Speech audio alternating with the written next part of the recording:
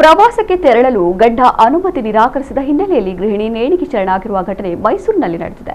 ಸರಸ್ವತಿಪುರಂನ ನಿವಾಸಿ 46 ವರ್ಷದ ಸಂಧ್ಯಾ ಮೃತ ಮಹಿಳೆ. ಬೆಂಗಳೂರು ಮೂಲದ ಸಂಧ್ಯಾ 25 ವರ್ಷಗಳ ಹಿಂದೆ ಚಾಮರಾಜನಗರ ಜಿಲ್ಲೆಯ ರಂಗನಾಥ್ ಎಂಬುವರನ್ನ ಮದುವೆಯಾಗಿದ್ದರು. ದಂಪತಿಗೆ 2 ಮಕ್ಕಳಿದ್ದು ಪುತ್ರಿ ವಿದೇಶದಲ್ಲಿ ವ್ಯಾಸಂಗ ಮಾಡುತ್ತಿದ್ದಾರೆ. ಸಂಧ್ಯಾ ಗಂಡ ಹಾಗೂ ಮಗನ ಜೊತೆ ವಾಸವಿದ್ರು. ರಾತ್ರಿ ಪ್ರವಾಸದ ವಿಚಾರದಲ್ಲಿ ಗಂಡ ಹೆಂಡತಿ ನಡುವೆ ಜಗಳವಾಗಿದೆ. ಗಂಡ ಮನೆಯಿಂದ ಹೊರಹೋದ ನಂತರ ಸಂಧ್ಯಾ ಫ್ಯಾನ್ಗೆ ನೇಣು ಹಾಕಿಕೊಂಡಿದ್ದಾರೆ ಎನ್ನಲಾಗಿದೆ. ಇನ್ನು ಮತ್ತೊಂದೆಡೆ ಸಂಧ್ಯಾ ಸಾವಿನ ವಿಚಾರದಲ್ಲಿ ಆಕೆಯ ಕುಟುಂಬಸ್ಥರು ಅನುಮಾನ ವ್ಯಕ್ತಪಡಿಸಿದ್ದಾರೆ. ಕೊಲೆ ಎಂದು ಆರೋಪಿಸಿದ್ದು, ಈ ಬಗ್ಗೆ ಸರಸ್ವತಿಪುರಂ ಪೊಲೀಸ್ ಠಾಣೆಯಲ್ಲಿ ಪ್ರಕರಣ ದಾಖಲಾಗಿದೆ.